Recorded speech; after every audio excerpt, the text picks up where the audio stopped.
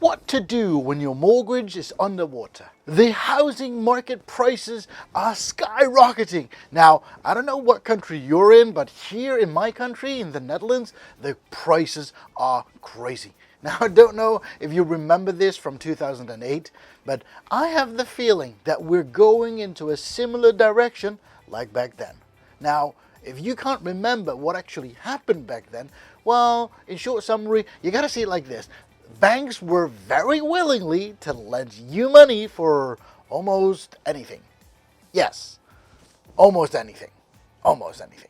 Like here in the Netherlands, what actually happened is that you could take a mortgage, and on top of your mortgage, you could even borrow more money if you wanted to, like 50 or maybe 100K. Just, nobody would even ask you any questions about it, even if you didn't have a job, until the housing bubble actually popped. Like boom! So what actually happened is that the housing prices actually plummeted. Not just for a moment, but for about 5 years to come. After 2008, yes, that's what happened. So if you actually would have bought a home in the midst of the peak of the housing prices, let's say somewhere between 2005 and 2008, your mortgage would be underwater after the housing bubble popped. And this is actually what happened, and this is what I actually want to discuss with you in this video today. Oh yeah, and of course if you stay until the end, I'm even going to share with you what my best advice is, what to do when you are in such a situation when your mortgage is underwater. But before we go into the video, I would like to thank your support for watching my videos, just like this one over here. Okay? And of course, if you haven't clicked on this subscribe button over here, I would really appreciate if you would do so. Click on it, yes. Yes, that would be nice though. And of course, and the person that I would like to thank today in particular is the Journeyman Investor, since he gave me this idea to shoot this video for you today. Well, yes. And if you haven't checked out his channel yet, be sure to take a look on his channel because he's got some cool investing advice videos just for you. And if you like the videos on my channel, I'm sure you'll like the videos that he has on his channel because, it's just cool. And there's just one reason that I like him very much is because he's got this raw voice that I can't really do and set up the whole video. Okay, let's get going. Hey, what's up you guys? Lukas here from xlwealth.com, and great that you joined in today because in today's video, I would like to discuss the actual matter on what to do when your mortgage is underwater.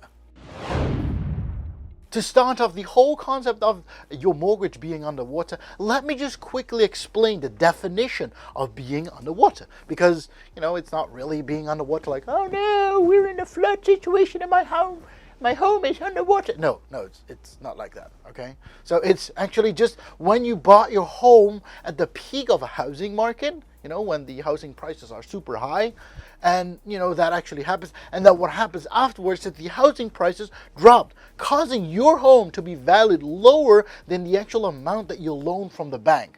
That is what I call a mortgage that is underwater. Well, that's actually a definition what you can find on Google, okay? So let me give you an example, okay? So let's pretend that you bought a home for $250,000 and you got a mortgage for that amount on your home. And the value in that area actually dropped to like $250,000, $215,000, okay? That means that you actually own the bank like over $35,000. And although your home is only valued at 215, and this whole concept is actually being called underwater. And no, it's not the flood situation. So you owe the bank $35,000 extra. Yes, you still owe them the same amount, but the thing is, you still owe the bank the same amount of money, but now the bank says to you, yeah, but dude, your home is only valued $250,000, $15,000, not 50. Making you owe us more because, the only collateral that you have is your home, and your home is being valued less right now. So the bank could say, hey, mister, how about that $35,000 that you pay us back first? Because that's what you really owe us right now as a different kind of debt. And that is the pressure that the bank puts on you as a homeowner the moment your home is underwater. At least your mortgage is underwater. Now the question is what to do when your mortgage is underwater. Now there are a few options, and I'm going to go through the several options with you. Now option number one is the moment you stay in your home, you're not going to leave anything, but you can grow your equity of your home. You can renovate your home, for example, by putting in a modern kitchen or a modern bathroom or floor heating instead of standard radiations, or use double pane windows for a higher insulation value, or use solar panels on the top of your roof. There are so many ways that you can create more value in your home. You can create more cubic meters in your home by, for example, adding a dormer window on top of your roof instead of having only a skylight. Creating more space by expanding your living room or expanding your kitchen downstairs. There are so many ways that you can create more value and more spacious room in your home. And what happens the moment you just stay in your home, you could tell your bank saying like, hey, Mr. Bank, take a look at my home. My home is currently valued more just because I've added more value to my home. Yes, you can do that. Now, option number two is if you just really hate the fact that your mortgage is underwater and you hate the fact that the bank keeps saying to you, mister, we got to take our money back. What you could do is you could pay off the excessive mortgage by paying off extra whatever you can. Instead of normally paying like $1,000 to your mortgage, you could say like, what, I'll add in some more. Now, the moment we go back to the example that I gave in the beginning, let's pretend that you're still missing that $35,000 you're running short. What you could do is you could have a plan to stay in your home and then start paying off extra. Because you got to see it like this. The moment the bank comes around, start nagging like, okay, mister, you need to pay off your mortgage and you got to pay off the extra debt that you already have right now with us. I know it's annoying, but the bank won't kick you out of your home just because of that, because you're still paying off all the mortgages and all the payments that you have. So they won't really kick you out right away, but it's just annoying that there's being pressure put on you as a person saying, dude, I'm doing my best to pay off all my bills and I don't need the bank. You're a person. The bank is not a person, but don't put a lot of pressure on me. But they have their rights to put on pressure on you. But it's okay to just say, what, I don't hate you, but I do hate the behavior that you're showing. Now at this point, what you could do is you could offer the bank a certain plan on how you're going to pay off that excessive loan that you have from them, to get to your back original 100% loan, back to the 215,000.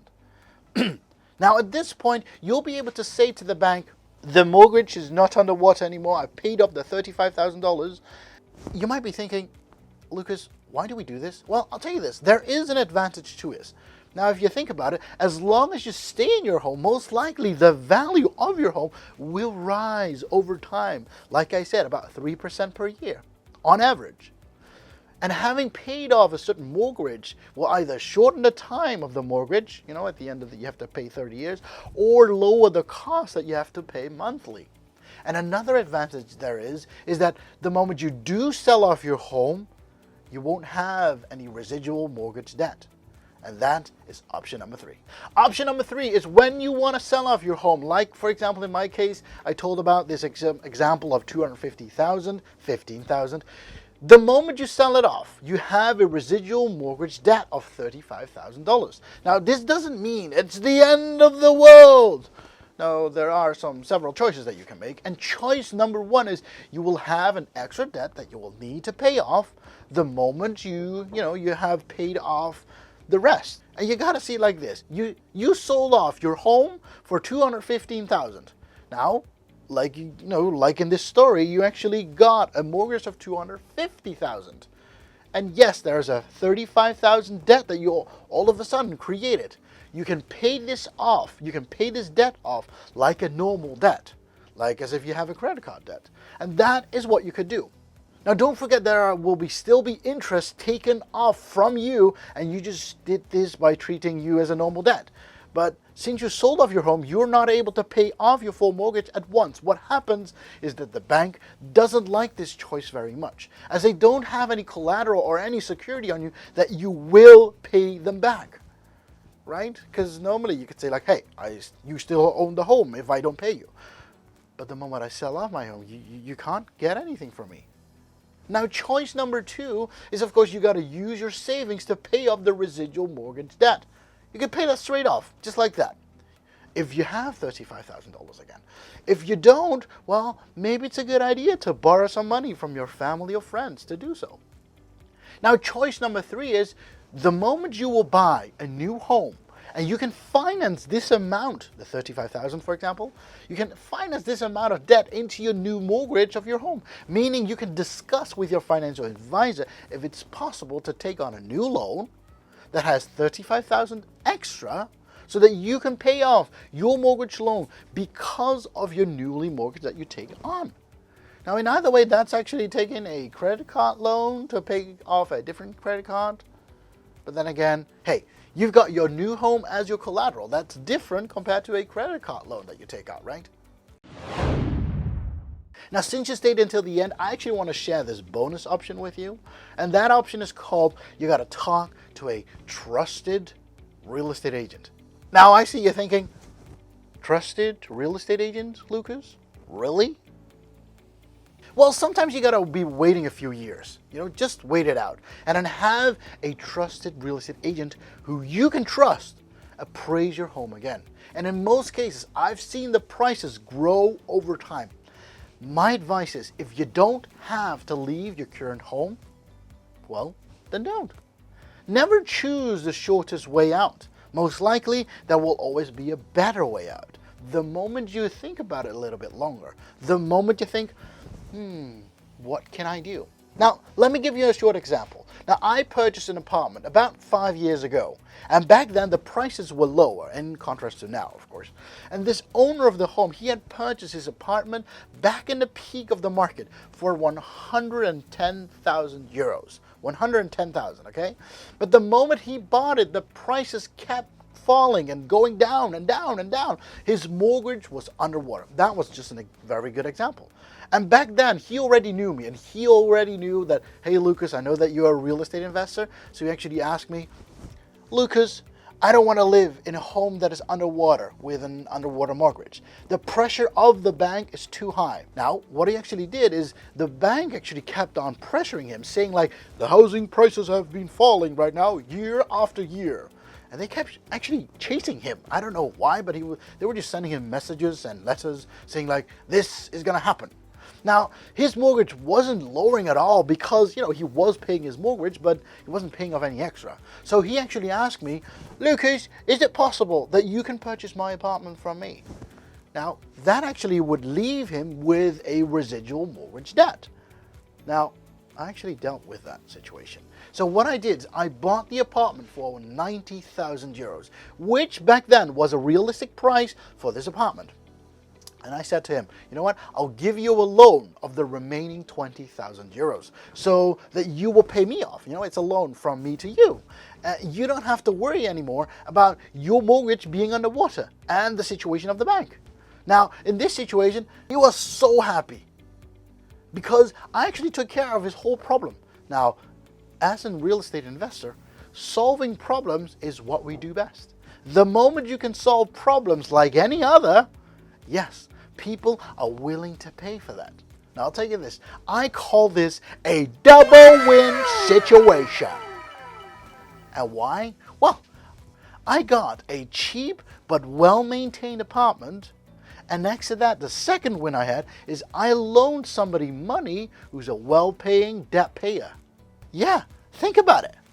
So I've got 2 wins at the same time. And the dude actually thought, I actually have a great solution for my problem. He also thinks actually, to be honest, it's a triple win situation.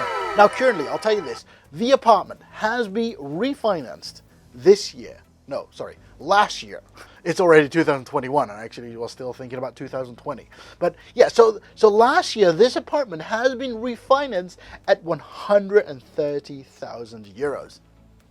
Yeah, I can see you thinking, Oh my goodness, so you actually hold on to the apartment, and since you didn't have any pain of living in it or having the bank chase you for anything, you actually got extra money just because you did a great deal. And yes, if you think about it, I did. So if it's not a double win situation, because the dude also won, so it's a triple win situation, and now that I'm refinancing the property, it's a quadruple, I don't even know how the word, quadruple win situation? Quadruple win situation!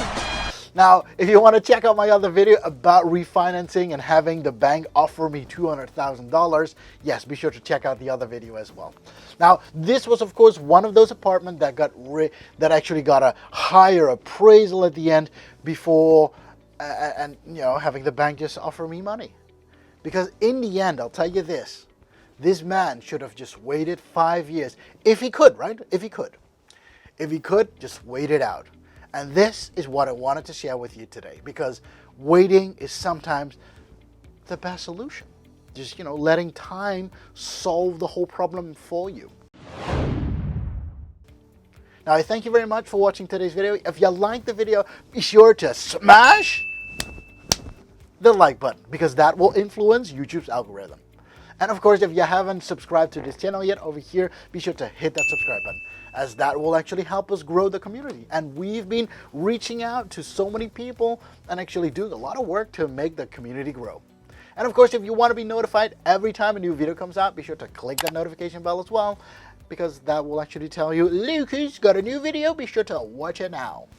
I thank you very much for watching today's video, and I thank you. If you haven't checked out the Journeyman Investor's channel yet, be sure to check out his channel as well. I thank you very much for watching today's video. Happy investing, and bye-bye.